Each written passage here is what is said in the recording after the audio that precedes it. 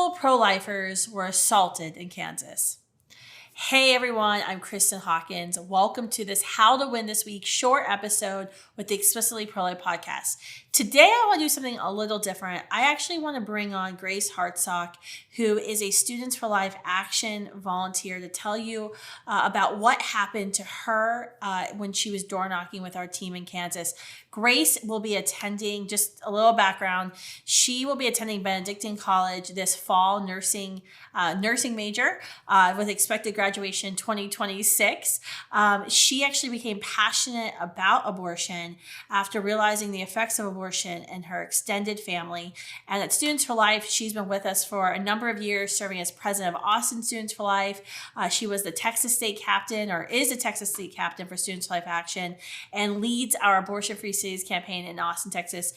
So Grace is a seasoned pro-life activist, even though she's just only a freshman in college. But what happened to her recently while door knocking with our Students for Life Action team in Kansas City was absolutely outrageous and horrific. She was door knocking with our team. We knocked on thousands of doors leading up to the Value Them Both constitutional state amendment vote that just happened at the beginning of August. This was a vote, sadly, that did not pass, that would have said that the Kansas state constitution was simply neutral on abortion. There's lots of reasons why, sadly, this amendment vote did not pass, and I've gone over those a couple of times in media and on Twitter, but I don't want to talk about that today. What I want to talk about is what happened when Grace, a 18-year-old girl, went to a door to simply ask those in the household to consider voting yes for the Value Them Both Life Amendment. Grace, welcome on today. Can you tell me, I know what happened, but tell everybody who's listening what happened to you. I think it's very important that your story gets out.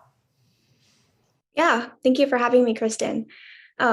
As you said, I was in Kansas this past weekend with Students for Life Action, door knocking to support the Value Them Both Amendment, which, if passed, would make abortion neutral in the state of Kansas and allow voters to pass legislation on abortion in the future. After we'd been door knocking for a couple of hours, then I met a woman at the door who politely said, I don't think you want to talk to us. She didn't seem interested or supportive in the amendment. And as I was starting to leave the doorstep, then I heard another woman from inside the house screaming, yelling at me from inside, saying F you. And as I continued to walk down the driveway, then she ran out of the house and ran after me and pushed me and hit me in the head, still yelling. She threw a piece of bread at my face. And then even when I was further down the street, she continued to follow me past her driveway, yelling phrases like, I hope you get raped. I hope you get run over by a car. It was very shocking and not anything I had anticipated prior to knocking on their door. This is, I have to say, sadly, is a first in Students for Life and Students for Life Action's history. I mean, we've knocked hundreds of thousands of doors in the 2016 and 2020 presidential elections, in the state legislative election in Virginia, in this past fall. State legislative door knocking where you're talking about a specific piece of legislation. We have never seen this happen. I kindly suspect what's happening is, we are now for the first time in 50 years having a conversation about abortion. And so there's a lot of people who are wounded from past abortions, who haven't healed from abortion, their decision to have an abortion. And I think that, hearing other people talk about abortion, hurts them, makes them have to confront things that they don't want to have to confront. But I guess, what is your kind of reaction to the assault that happened? Why do you think that this woman did this? And then I guess, what did you do immediately after? Because I think also, what counts is telling the story and kind of, showing the abortion industry that we're not going to take this crap lying down. But also, I think what's telling is how you, as a pro-lifer, then, made yourself safe. Mm-hmm. Yeah, initially I was shocked. I never encountered anything like this at the door. Most of the time people will just politely disagree and then you just wish them a good day and you leave.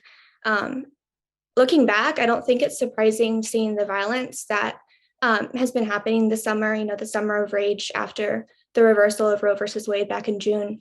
Um, it's just, it's not surprising seeing the violence kind of being pushed more into the communities and conversations that we're having with people. But in the moment, that wasn't anything I was anticipating. So I was like completely caught off guard and shocked. Mm. But, after I was able to get further down the street, I called Titus, who was driving our car, and he was able to pick me up. And we were able to, take a break and contact the police and make sure that the situation was reported. Yeah, so you called the staff member. I mean, this is why we, try to make sure you all are door knocking in groups as much as possible, never alone. So, a staff member or a volunteer leader is nearby. And I think after this happened to you, we made everyone go in pairs, which, severely limited the number of doors because we got less number of, half as many doors that we wanted to hit. But we felt like it was getting too risky, especially after this assault, to do that. What's interesting is you don't know this. But a couple days ago, so you and I were on Fox and Friends kind of recounting your story. Someone saw your appearance on Fox, and I was looking for the email just now. I can't find it. But a gentleman actually emailed me and said he wanted to verify everything that you said was accurate because he didn't witness the assault, but I guess you had just knocked on his door. He lives like 2 doors down from the neighbor that assaulted you. And he said, I want you to know that your volunteer was graceful, was polite. She wasn't aggressive at all. And just, completely wanted to make me know that you're a wonderful person, which we already know you're a wonderful person. So I just want to let you know, because I thought that was so neat that this gentleman saw your story on Fox and then looked us up, found my email, and wanted to share that, to back you up. He really wanted to back you up in what you were saying. After the assault happened, I made you, as the SFLA mom, go to the ER and get checked out. You were fine. I mean, I know you had some headaches and some body soreness, but thankfully there wasn't anything medically wrong. What did you do? So you called the police? You filed what did you do with the police officers? Yeah, so I originally called them and reported the incident. And then we were able to meet 2 police officers just down the street from where we currently were, and talk to them. They asked some questions, and they talked to the other Students for Life action volunteers in the car, and then they went and said that they were going to go assess the situation, and they said that they would be in touch with me in the future. And they arrested the assailant. We found that out after you filed the police report, which I think is really important because I think over the years, we have seen violence happen, break out. We had one of our team members, Students for Life, her first day, she was assaulted at the Supreme Court. She was just standing there holding a phone. And we've seen this over the years. And I think sometimes there's a hesitancy among pro-lifers of, most likely these are probably hurting people. Let's not press charges. But I was really proud that you actually pressed charges in this case. And we're going to hold this woman who, just came barreling out the door and began attacking you accountable for her actions. Because I think, especially you telling your story, going on Fox and Friends and going public with the story, I hope will send a very powerful message to, other abortion supporters that we aren't going to tolerate this behavior. If you attack a pro-life student, which we already are preparing for this fall, more vandalism, more threats, more discrimination on campuses. I predict that we've ever seen in 16 years of Students' Life, we will see this fall. But we need to set a very clear standard that we will not accept this behavior. And if you act this way, you will be punished. And so I'm really excited. I know we're meeting with some lawyers there in Kansas City about potential legal action as well for this assault. So I want to thank you for, not only having the courage to go knock on complete strangers' doors, which a lot of pro-lifers are like, that's so scary. So you're willing to do that one scary thing, but then be able to take this terrible situation and then be able to really use it for how do we advance the overall movement and protect other students and other pro-life leaders across the country. So I want to commend you for that courage. Tell me though, Did this deter you in your pro-life activism or make you think twice about what you're doing in the pro-life movement? Not at all. I mean, it was shocking and scary, and I was definitely shaken up right afterwards. So, we took a break from door knocking. We had a long lunch break.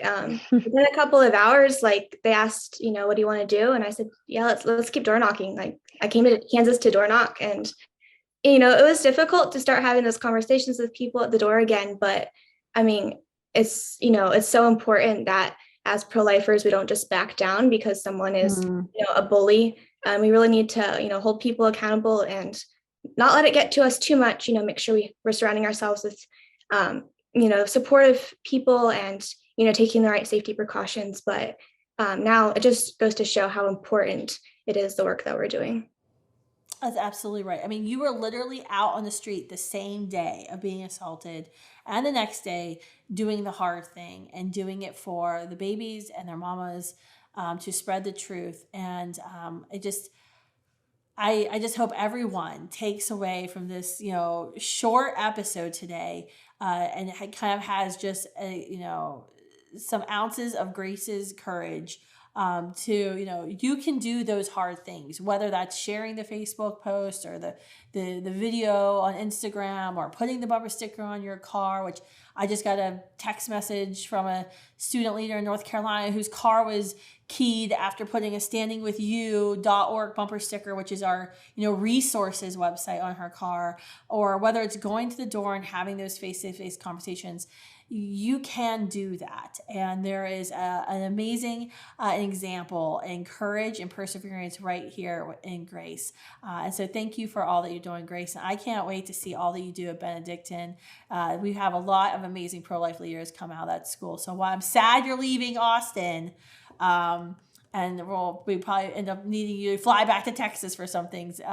I'm really excited to have you in Kansas in the coming years as we continue to fight to see pro-life laws eventually get passed in that state. So thank you, Grace, for your courage. Yeah, thank you so much. I'm really excited to see what's in store for me in Kansas and continue the pro-life activism and, continue the fight to make abortion unthinkable in the state of Kansas and, in the United States. Well, I have no doubt you are going to do amazing things in the pro-life movement. And guys listening, this is just one person, one student leader, one young person who is an amazing sample, representative of this entire pro-life generation. And that's what's such an honor to serve in my role at Students for Life, because there are literally tens of thousands of Graces across the country, and who are willing to do the hard things and willing to speak out in love and truth and willing to serve. So thank you. And I hope you are a part of this pro-life generation.